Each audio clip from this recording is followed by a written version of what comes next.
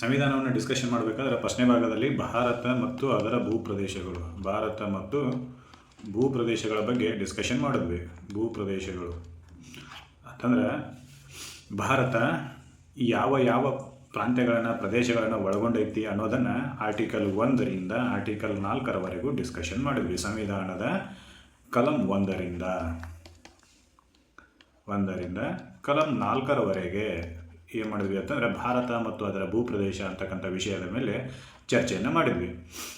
ಭಾರತದ ಹೆಸರೇನು, ಆಮೇಲೆ ಭಾರತ ಯಾವ್ಯಾವ ಭೂಪ್ರದೇಶಗಳನ್ನು ಒಳಗೊಂಡೈತಿ, ಆಮೇಲೆ ಸಂಸತ್ತಿಗೆ ಇರ್ತಕ್ಕಂಥ ಅಧಿಕಾರಗಳು ಅಂದರೆ ಯಾವುದೇ ರಾಜ್ಯದ ಭೂಪ್ರದೇಶವನ್ನು ಕಡಿಮೆ ಮಾಡುವ ಅಥವಾ ವಿಸ್ತರಿಸುವ ಹೀಗೆಲ್ಲ ಅಧಿಕಾರಗಳು ಅದಕ್ಕೈತಿ, ಮತ್ತು ಅದಕ್ಕೆ ಸಂಬಂಧಿಸಿದ ಕಾನೂನುಗಳನ್ನು ಮಾಡುವ ಅಧಿಕಾರವೂ ಕೂಡ ಸಂಸತ್ತಿಗೆ ಐತಿ ಅಂತೇಳಿ ಎಲ್ಲನೂ ತಿಳ್ಕೊಂಡ್ವಿ. ಸಂಸತ್ತಿಗಿದೆ ಅಂತೇಳಿ ತಿಳ್ಕೊಂಡ್ವಿ. ಈಗ ನಮ್ಮದೊಂದು ಕ್ವಶನ್ ಅರೈಸ್ ಆಗ್ತೈತಿ, ಬರೀ ಭೂಪ್ರದೇಶ ಇದ್ದು ಅಲ್ಲಿ ಜನರೇ ಇರ್ದಿದ್ರೆ, ಈಗ ಇದೊಂದು ಭಾರತ ಅಂತ ಅನ್ಕೊಳ್ಳೋಣ, ನಾನು ಮ್ಯಾಪ್ ತೆಗೆದಿಲ್ಲ, ಸುಮ್ಮನೆ ಒಂದು ಇದು ಡೈಗ್ರಾಮ್ ಹಾಕಿದ್ದೀನಿ, ಏನೋ ಆಯತಾಕಾರದ ಡೈಗ್ರಾಮ್ ಹಾಕಿದ್ದೀನಿ ಅಷ್ಟೇ. ಇದನ್ನು ಭಾರತ ಅಂತ ಅನ್ಕೊಳ್ಳೋಣ, ಇದೊಂದು ಭೂಪ್ರದೇಶ ಅಂತ ಅನ್ಕೊಳ್ಳೋಣ. ಇಲ್ಲಿ ಯಾವುದೇ ರೀತಿಯ ಅಥವಾ ಯಾವುದೇ ವ್ಯಕ್ತಿಗಳು ಇಲ್ಲದೇ ಇರತಕ್ಕಂಥ ಪ್ರದೇಶ ಅಂದರೆ ಖಾಲಿ ಪ್ರದೇಶ.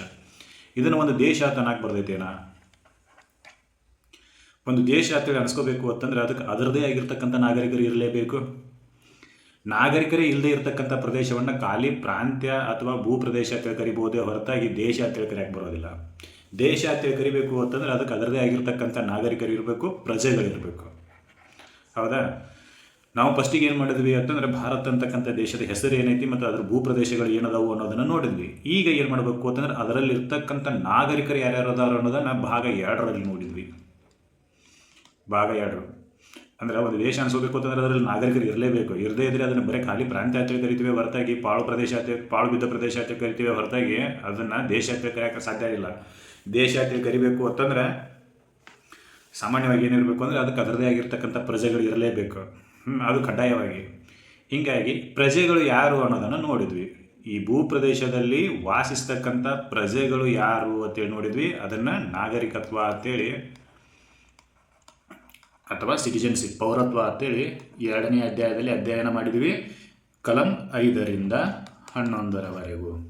ಹೌದಾ? ಆ ನಾಗರಿಕತ್ವ ಹೇಳಬೇಕಾದ್ರೆ ನಾಗರಿಕರಿಗೆ ಆ ದೇಶ ಏನು ಮಾಡಿರ್ತೈತಿ ಅಂದರೆ ಕೆಲವಷ್ಟು ಹಕ್ಕುಗಳನ್ನು ಕೊಟ್ಟಿರ್ತೈತಿ. ಕೆಲವು ಹಕ್ಕುಗಳನ್ನು ಕೊಟ್ಟಿರ್ತೈತಿ. ಆ ಹಕ್ಕುಗಳು ಯಾವ್ಯಾವು, ಆಮೇಲೆ ಕೆಲವೊಂದಿಷ್ಟು ಕರ್ತವ್ಯಗಳನ್ನು ನಿರ್ವಹಿಸೋಕೆ ಹೇಳ್ತೈತಿ. ಆ ಕರ್ತವ್ಯಗಳು ಯಾವುವು ಅನ್ನೋದನ್ನು ನಾವು ಡೀಟೇಲ್ ಆಗಿ ಅಂದರೆ ನಾಗರಿಕತ್ವದಲ್ಲಿ ನಾಗರಿಕರಿಗೆ ಏನು ಮಾಡಿರ್ತೈತಿ ಅಂದರೆ ಆ ದೇಶ ಕೆಲವೊಂದಿಷ್ಟು ಹಕ್ಕುಗಳನ್ನು ಕೊಟ್ಟಿರ್ತೈತಿ, ಆಮೇಲೆ ಕೆಲವೊಂದಿಷ್ಟು ಕರ್ತವ್ಯಗಳನ್ನು ನಿಭಾಯಿಸಲು ಆ ನಾಗರಿಕರು ಬಾಧ್ಯರಾಗಿರ್ತಾರೆ. ಅಂದರೆ ಕಡ್ಡಾಯವಾಗಿ ರಾಜ್ಯ ಇದ್ದುದು ಅಥವಾ ದೇಶ ಇದ್ದುದು ಆ ವ್ಯಕ್ತಿಗಳಿಗೆ ಹಕ್ಕುಗಳನ್ನು ಕೊಡಲೇಬೇಕು. ಹಕ್ಕುಗಳಿಲ್ಲದಿದ್ದರೆ ಮನುಷ್ಯ ಬದುಕಕ್ಕೆ ಸಾಧ್ಯ ಇಲ್ಲ.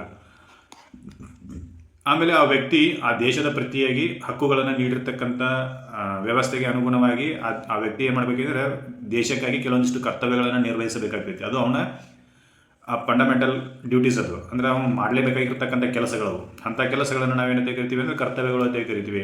ಈ ನಾಗರಿಕರಿಗೆ ರೆಸ್ಪಾನ್ಸಿಬಿಲಿಟಿನೂ ಇರ್ತೈತಿ, ಎಂಟೈಟಲ್ಮೆಂಟ್ಸು ಇರ್ತವೆ. ಅಂದರೆ ಹಕ್ಕುಗಳು ಇರ್ತವೆ, ಮಾಡಬೇಕಾದ ಕರ್ತವ್ಯಗಳು ಇರ್ತವೆ. ಅಂದರೆ ಮಾತ್ರ ಅವನು ನಾಗರಿಕ ಅನಿಸ್ಕೊತಾನೆ, ಇಲ್ಲಾಂದರೆ ಅನಿಸ್ಕೊಳ್ಳೋಕೆ ಸಾಧ್ಯ ಇಲ್ಲ. ಇಂಥ ನಾಗರಿಕರಿಗೆ ಕೊಟ್ಟಿರ್ತಕ್ಕಂಥ ಹಕ್ಕುಗಳು ಯಾವ್ಯಾವು ಅನ್ನೋದನ್ನು ಭಾಗ 3ರಲ್ಲಿ ಹೇಳ್ತಾರೆ. ಇಲ್ಲಿ ಭಾಗ 3 ಸಂವಿಧಾನದ ಪಾರ್ಟ್ 3ರಲ್ಲಿ ಫಂಡಮೆಂಟಲ್ ರೈಟ್ಸ್ ಅಂತ ಕರಿತೀವಿ. ಫಂಡಮೆಂಟಲ್ ರೈಟ್ಸ್ ಮೂಲಭೂತ ಹಕ್ಕುಗಳು ಅಂತ ಕರಿತೀವಿ. ಅಂಥ ಮೂಲಭೂತ ಹಕ್ಕುಗಳು ಯಾವ್ಯಾವ, ಆಮೇಲೆ ಅವು ಯಾವ ರೀತಿ ಅವುಗಳನ್ನು ಅನುಭವಿಸಬೇಕು ಅನ್ನೋದನ್ನು ವಿಧಿ 12ರಿಂದ ವಿಧಿ 35ರವರೆಗೂ, ಆರ್ಟಿಕಲ್ 12ರಿಂದ ಆರ್ಟಿಕಲ್ 35ರವರೆಗೂ ಸಂವಿಧಾನದಲ್ಲಿ ಹೇಳಲಾಗೈತಿ. ಅವುಗಳನ್ನು ಡಿಸ್ಕಷನ್ ಮಾಡೋಣ.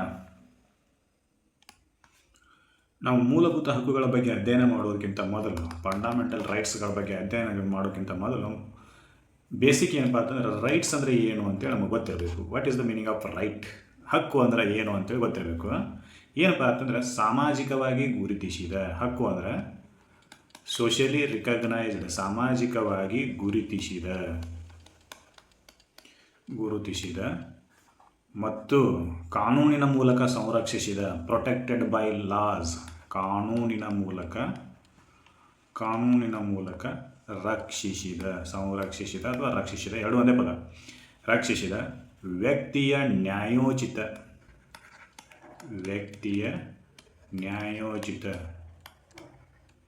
ನ್ಯಾಯೋಚಿತ ಅರ್ಹತೆಗಳನ್ನು ಎಂಟೈಟಲ್ಮೆಂಟ್ಸ್ ಅಂತ ಕರಿತೀವಿ. ಅರ್ಹತೆಗಳನ್ನು ಹಕ್ಕು ಅಂತ ಕರಿತೀವಿ. ಇಲ್ಲಿ ಪ್ರತಿಯೊಂದು ಪದದ್ದು ಇಂಪಾರ್ಟೆನ್ಸ್ ನೋಡೋಣ.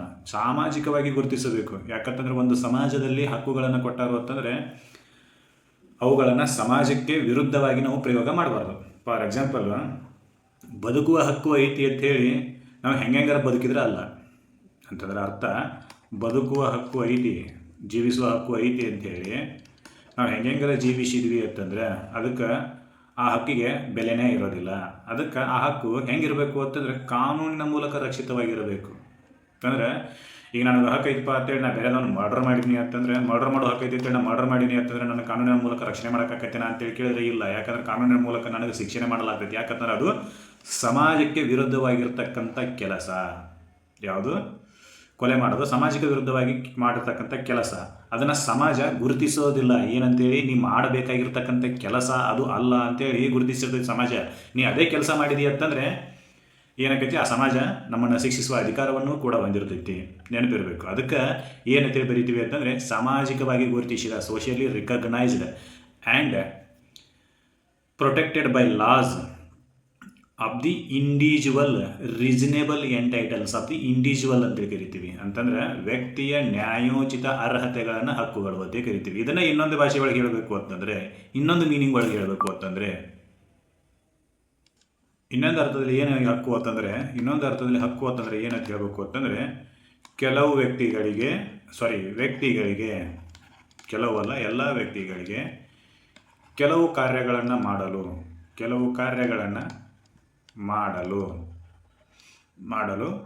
ಅಥವಾ ಕೆಲವು ಕಾರ್ಯಗಳನ್ನು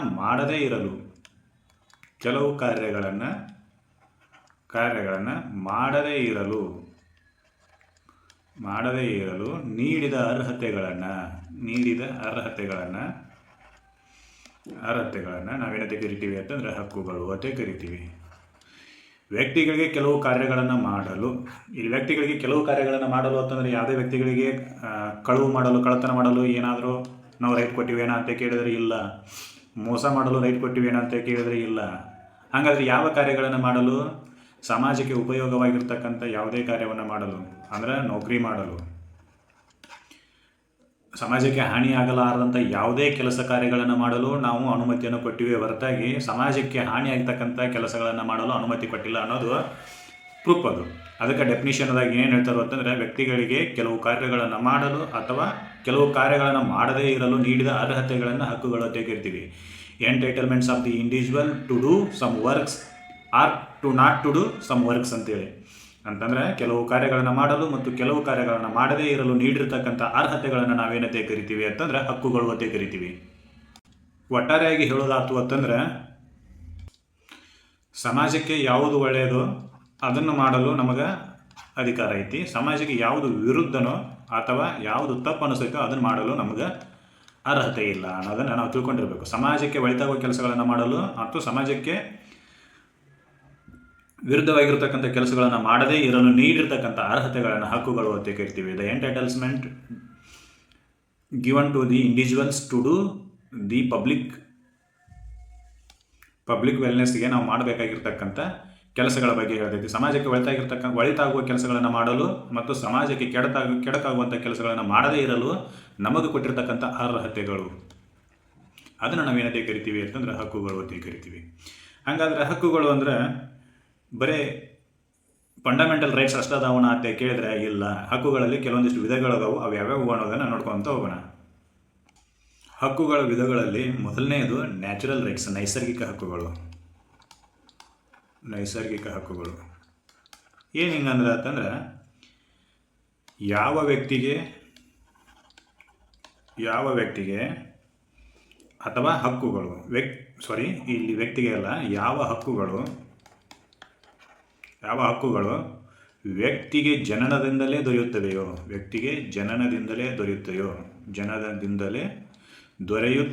ಸಿಗುತ್ತವೆಯೋ ಅವುಗಳನ್ನು ನಾವೇನಂತೆ ಕರಿತೀವಿ ಅಂತಂದ್ರೆ ನ್ಯಾಚುರಲ್ ರೈಟ್ಸ್ ಅಂತೇಳಿ ಕರಿತೀವಿ. ಯಾವ ಹಕ್ಕುಗಳು ವ್ಯಕ್ತಿಗೆ ಜನನದ ಮೂಲಕ ದೊರೆಯುತ್ತವೆ, ಬೈ ಬರ್ತ್ ಸಿಗ್ತವೋ ಅವುಗಳನ್ನು ನಾವು ನ್ಯಾಚುರಲ್ ರೈಟ್ಸ್ ಅಂತ ಕರಿತೀವಿ.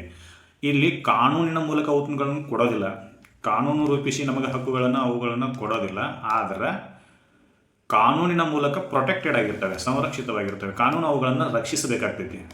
ಅಂಥವುಗಳನ್ನು ನಾವೇನಂತ ಕರಿತೀವಿ ಅಂತ ನೈಸರ್ಗಿಕ ಹಕ್ಕುಗಳು ಅಂತ ಕರಿತೀವಿ. ಅಂಥ ನೈಸರ್ಗಿಕ ಹಕ್ಕುಗಳಲ್ಲಿ right to preserve life, right to liberty ಅಂದರೆ ಜೀವಿಸುವ ಹಕ್ಕು, ಸ್ವತಂತ್ರದ ಹಕ್ಕು, ಆಸ್ತಿಗಳನ್ನು ಹೊಂದುವ ಹಕ್ಕು, ಈ ರೀತಿಯಾಗಿರ್ತಕ್ಕಂಥ ಹಕ್ಕುಗಳನ್ನು ಅಂದರೆ ಫ್ಯಾಮಿಲಿ ಹೊಂದುವ ಹಕ್ಕು, ರಿಲಿಜನನ್ನು ಪ್ರಾಕ್ಟೀಸ್ ಮಾಡುವ ಹಕ್ಕು, ಅಂತಂದರೆ ಧಾರ್ಮಿಕ ಪದ್ಧತಿಗಳನ್ನು ಅನುಸರಿಸುವ ಹಕ್ಕು, ಈ ಎಲ್ಲ ಹಕ್ಕುಗಳು ಕೂಡ ನೈಸರ್ಗಿಕವಾಗಿ ದೊರೆತಿರ್ತಕ್ಕಂಥ ಹಕ್ಕುಗಳು. ಅಂದರೆ ವ್ಯಕ್ತಿಗೆ ಜನನದಿಂದಲೇ ದೊರೆತಿರ್ತವೆ, ಜನನದಿಂದಲೇ ದೊರೆತಿರ್ತವೆ.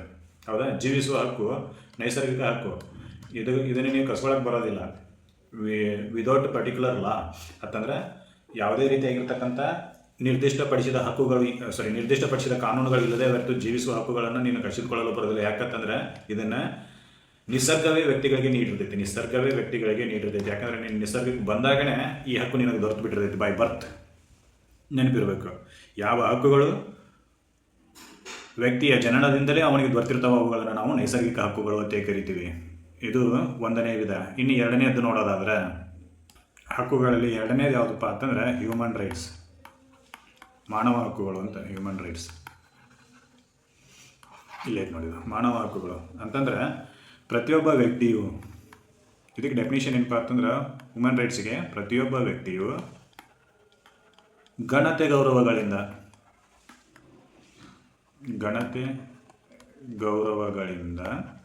ಮತ್ತು ತನ್ನ ಒಳಿತಿಗಾಗಿ ಪಡೆದಿರಲೇಬೇಕಾಗಿರ್ತಕ್ಕಂಥ ಹಕ್ಕುಗಳು ಅಂತಂದ್ರೆ ಮಸ್ಟ್ ಆ್ಯಂಡ್ ಶುಡ್. ಈ ಹಕ್ಕುಗಳು ಅವ್ನಿಗೆ ಇರಲೇಬೇಕು. ಯಾಕಂತಂದ್ರೆ over all development of the human ಅಂತಂದ್ರೆ ಮಾನವನ ಸಂಪೂರ್ಣ ಅಭಿವೃದ್ಧಿಗೆ ಏನು ಬೇಕಾಗಿರ್ತೈತಿ ಅಂದರೆ ಕೆಲವೊಂದಿಷ್ಟು ಹಕ್ಕುಗಳು ಬೇಕೇ ಬೇಕು. ಅಂಥ ಹಕ್ಕುಗಳನ್ನು ಹೊಂದಿರಲೇಬೇಕಾಗ್ತೈತಿ. ಅವುಗಳನ್ನು ನಾವೇನಂತ ಕರಿತೀವಿ ಅಂತಂದ್ರೆ ಹ್ಯೂಮನ್ ರೈಟ್ಸ್ ಅಂತ ಕರಿತೀವಿ. ಘನತೆ ವಿತ್ ಡಿಗ್ನಿಟಿ, ಗೌರವಗಳಿಂದ ಬದುಕಕ್ಕೆ ಅವ್ನಿಗೆ ಬೇಕಾಗಿರ್ತಕ್ಕಂಥ ಹಕ್ಕುಗಳನ್ನು ನಾವು ಮಾನವ ಹಕ್ಕುಗಳು ಅಂತ ಕರಿತೀವಿ. ಮಾನವ ಹಕ್ಕುಗಳು ತನ್ನ ಒಳಿತಿಗಾಗಿ ಬಳಸಲ್ಪಡುವ ಹಕ್ಕುಗಳು. ಫಾರ್ ಎಕ್ಸಾಂಪಲ್ ಶಿಕ್ಷಣದ ಹಕ್ಕು, ಇದನ್ನು ಮಾನವ ಹಕ್ಕುಗಳು ಅಂತ ಕರಿತೀವಿ. ಶಿಕ್ಷಣ ಇತ್ತು ಅಂತಂದ್ರೆ ತನ್ನ ಒಳಿತಿಗಾಗಿ ಏನಾದರೂ ಮಾಡಬಹುದು. ಮತ್ತು ತನ್ನ ಒಳಿತಿಗಾಗಿ ಏನಾದರೂ ಮಾಡುವ ಹಕ್ಕುಗಳನ್ನು, ಈಗ ಮರ್ಡರ್ ಮಾಡುವ ಹಕ್ಕು ಐತಿ ಅಂತೇಳಿ ತನ್ನ ಒಳಿತಿಗಾಗಿ ಮರ್ಡರ್ ನಡೀತೈತೆ ಅಂತ ಕೇಳಿದ್ರೆ ಇಲ್ಲ, ಅದನ್ನು ಸಮಾಜ ಒಪ್ಕೊಳ್ಳೋದಿಲ್ಲ. ಅರ್ಥ ಆಯ್ತಾ? ಶಿಕ್ಷಣದ ಹಕ್ಕು ಇದು ಸಮಾಜ ಒಪ್ಪಿಕೊಂಡಿರ್ತಕ್ಕಂಥ ಹಕ್ಕು. ಶಿಕ್ಷಣದ ಮೂಲಕ ನೀನು ಎಜುಕೇಷನನ್ನು ಪಡೆದು ಏನು ಮಾಡ್ಬೋದು, ನೌಕರಿ ಮಾಡ್ಬೋದು, ಇಲ್ಲ ನಿಂದೆ ಸ್ವಂತ ಬಿಸ್ನೆಸ್ ಮಾಡ್ಬೋದು, ಇಲ್ಲ ಮತ್ತೊಂದು ಯಾವುದೇ ಅನ್ವೇಷಣಾ ಕಾರ್ಯಗಳನ್ನು ಮಾಡ್ಬೋದು. ಈ ಹಕ್ಕು ನಿನ್ನ ಸರ್ವಾಂಗೀಣ ಒಳತಿಗಾಗಿ, ಅಭಿವೃದ್ಧಿಗಾಗಿ ಹೆಲ್ಪ್ ಮಾಡ್ತೈತಿ. ಇಂಥ ಹಕ್ಕುಗಳನ್ನು ನಾವೇನಂತ ಕರಿತೀವಿ ಅಂತಂದರೆ ಹ್ಯೂಮನ್ ರೈಟ್ಸ್ ಅಂತ ಕರಿತೀವಿ, ಮಾನವ ಹಕ್ಕುಗಳು ಅಂತ ಕರಿತೀವಿ. ಅದು ಬಿಟ್ಟು ಇಲ್ಲದ ಮಾಡೋಕ್ಕೆ ಬರೋದಿಲ್ಲ. ಹ್ಯೂಮನ್ ರೈಟ್ಸು ಇದು ಎರಡನೇ ಟೈಪ್ ಆಫ್ ರೈಟ್ಸು ನೆನಪಿರಬೇಕು. ಇನ್ನು ಮೂರನೇದು ನೋಡೋದಾದರೆ, ಮೂರನೇದು ಯಾವುದಪ್ಪ ಅಂತಂದರೆ ಕಾನೂನು ಹಕ್ಕುಗಳು, ಲೀಗಲ್ ರೈಟ್ಸ್. ಕಾನೂನು ಹಕ್ಕುಗಳು ಹಿಂಗಂದ್ರೆ ಏನಪ್ಪ ಅಂತಂದ್ರೆ ಯಾವ ಹಕ್ಕುಗಳು ಕಾನೂನಿನ ಮೂಲಕ ದೊರೆಯುತ್ತವೆಯೋ ಅದನ್ನು ನಾವೇನಂತ ಕರಿತೀವಿ ಅಂತಂದರೆ ಕಾನೂನಿನ ಹಕ್ಕುಗಳು ಅಥವಾ ಕಾನೂನು ಹಕ್ಕುಗಳು ಅಂತ ಕರಿತೀವಿ. ಯಾವ ಹಕ್ಕುಗಳು ಕಾನೂನಿನ ಮೂಲಕ ಸಿಗ್ತಾವೋ ಅದನ್ನು ನಾವೇನಂತ ಕರಿತೀವಿ ಅಂತಂದರೆ ಕಾನೂನಿನ ಹಕ್ಕುಗಳು ಅಂತ ಕರಿತೀವಿ. For example property right. Bharat ಸಂವಿಧಾನದಲ್ಲಿ ಆಸ್ತಿಯ ಹಕ್ಕನ್ನು ಏನು ಮಾಡಿದರು ಅಂತಂದರೆ ಲೀಗಲ್ ರೈಟ್ಸ್ ಅಂತೇಳಿ, ಮೊದಲು ಫಂಡಮೆಂಟಲ್ ರೈಟ್ ಇತ್ತು, ಅದನ್ನು ಲೀಗಲ್ ರೈಟ್ ಅಂತೇಳಿ ತಿದ್ದುಪಡಿ ಮಾಡಲಾಯಿತು. ನೆನಪಿರಲಿ, ಲೀಗಲ್ ರೈಟ್ ಆಸ್ತಿಯ ಹಕ್ಕು ಒಂದು ಕಾನೂನಿನ ಹಕ್ಕು. ಅಂದರೆ ಕಾನೂನಿನ ಮೂಲಕ ನೀನು ಆಸ್ತಿಯನ್ನು ಪಡ್ಕೋಬೋದು. ಕಾನೂನಿನ ಹಕ್ಕು ಅಥವಾ ಕಾನೂನಿನ ಮೂಲಕ ನೀನು ಕಳ್ಕೊಂಡಿರ್ತಕ್ಕಂಥ ಆಸ್ತಿಗೆ ಕಾಂಪೆನ್ಸೇಷನನ್ನು ಪಡ್ಕೋಬಹುದು. ನೆನಪಿರಲಿ, ಇದು ಆಸ್ತಿಯ ಹಕ್ಕು, ಕಾನೂನು ಹಕ್ಕು.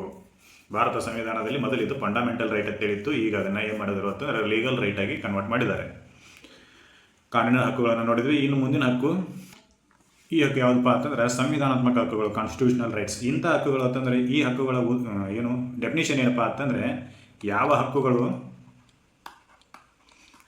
ಹಕ್ಕುಗಳು ಸಂವಿಧಾನದಲ್ಲಿ ಬರೆಯಲಾಗಿದೆಯೋ ಎನ್ಸ್ಟ್ರೈನ್ಡ್ ಇನ್ ದಿ ಕಾನ್ಸ್ಟಿಟ್ಯೂಷನ್ ಅಂತ ಕರೀತಾರೆ. ಏನು ಯಾವ ಹಕ್ಕುಗಳು ಸಂವಿಧಾನದಲ್ಲಿ ಅದಾವೋ ಅಥವಾ ಸಂವಿಧಾನವು ಒಳಗೊಂಡಿದೆಯೋ, ಸಂವಿಧಾನದಲ್ಲಿ ಬರೆಯಲಾಗಿದೆಯೋ